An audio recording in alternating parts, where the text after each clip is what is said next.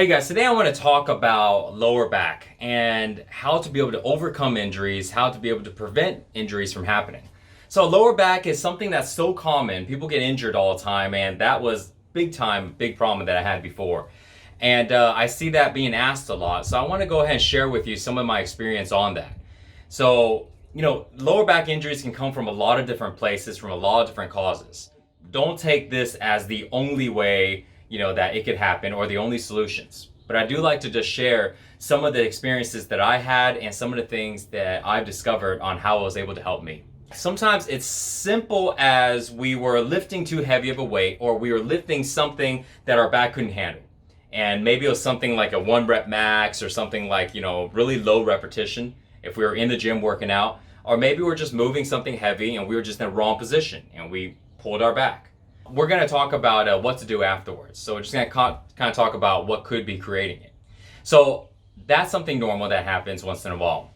Another thing that I find, even for me, was probably a little more common is that I will be doing something random and I would just injure my back. Like I would, let's say, go tie my shoes, or I even injured my back before sneezing. It was like the craziest thing. I was like, how is it to where I'm sneezing and this little movement here was injuring my back? It didn't make any sense.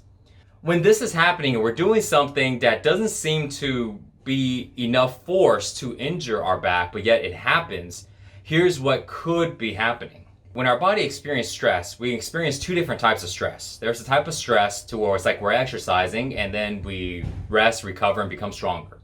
And our body is still functioning like normal. But then there's another type of stress that is more like a survival stress. And this type of stress, when our body's experiencing this, it doesn't get stronger. It actually does the opposite. It shuts down everything. It shuts down our recovery, our ability to recover, our ability to heal. It shuts down places like our digestive system. It moves all of the energy into our limbs and takes it out of everywhere else because our bodies feel like we're in danger.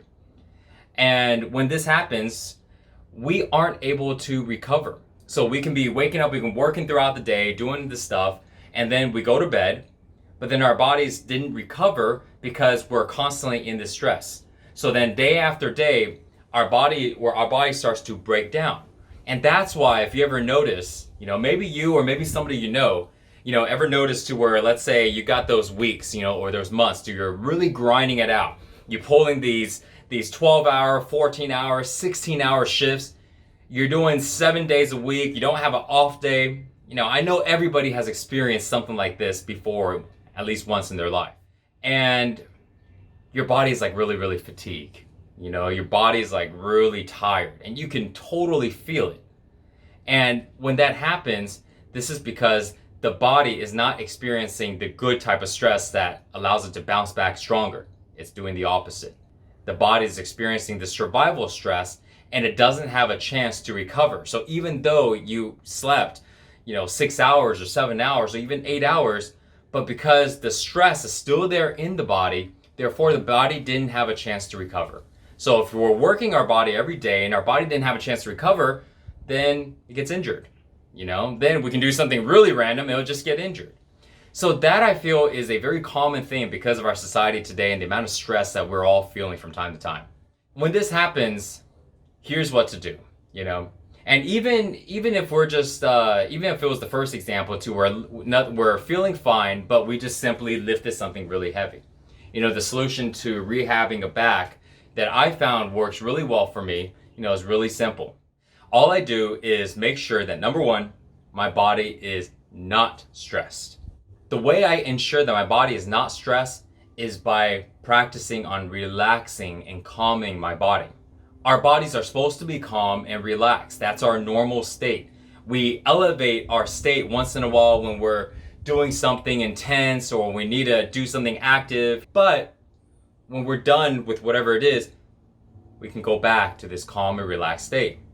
And if our body stays in this heightened state of activity and all the stress for a sustained period of time, that's how our body starts to break down. Because our body can't hold that state for that long. It's only a matter of time before our body needs to recover and rest before we can do it again. So to ensure that that happens, I practice relaxing, being calm, and a simple move that I do that I've been showing people, because it's like the easiest thing, to get rid of stress, to loosen up, is simply just a little hop. All you're doing is just a little hop. You can do it anywhere, and all this does is loosen up the body. All this does is shake the body off and allow the muscles in the body to relax, allow the energy in the body to kind of flow up and down. Because a lot of times if our body is not recovered really well and it's not doing well, or it's injured, energy isn't flowing really well in our body. And if energy is not flowing well in our body, then our blood flow is not flowing well in our body, and things need to flow in our body. It's a tight system. Everything flows and influences each other. So something as simple as just jumping up and down, that will allow the energy to start flowing. And there's a lot of other moves you can do, but that's like the most basic and simple one.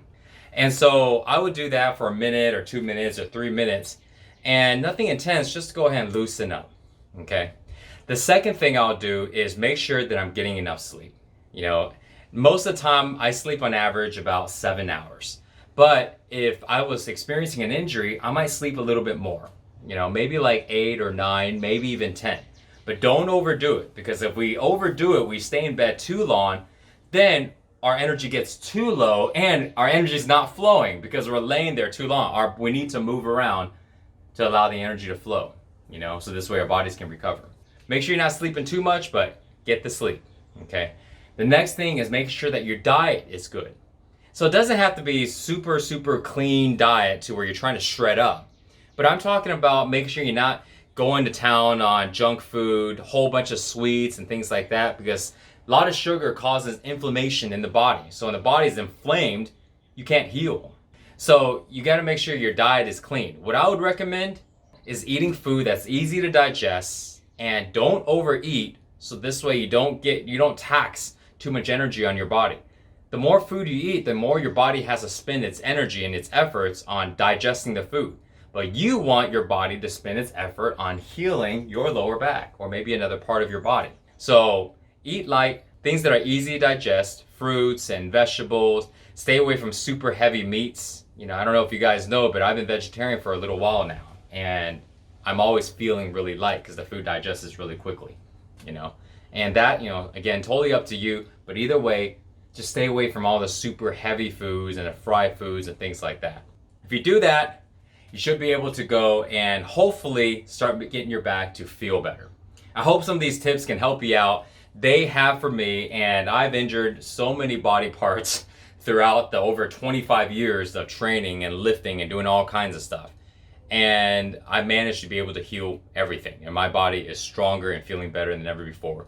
So I know there's a lot of truth to some of these things that I'm sharing with you. But again, it's only one perspective, and there's a lot more other things and a lot more other methods. So hope this resonates with you and you can use this to help you out. All right, thanks guys.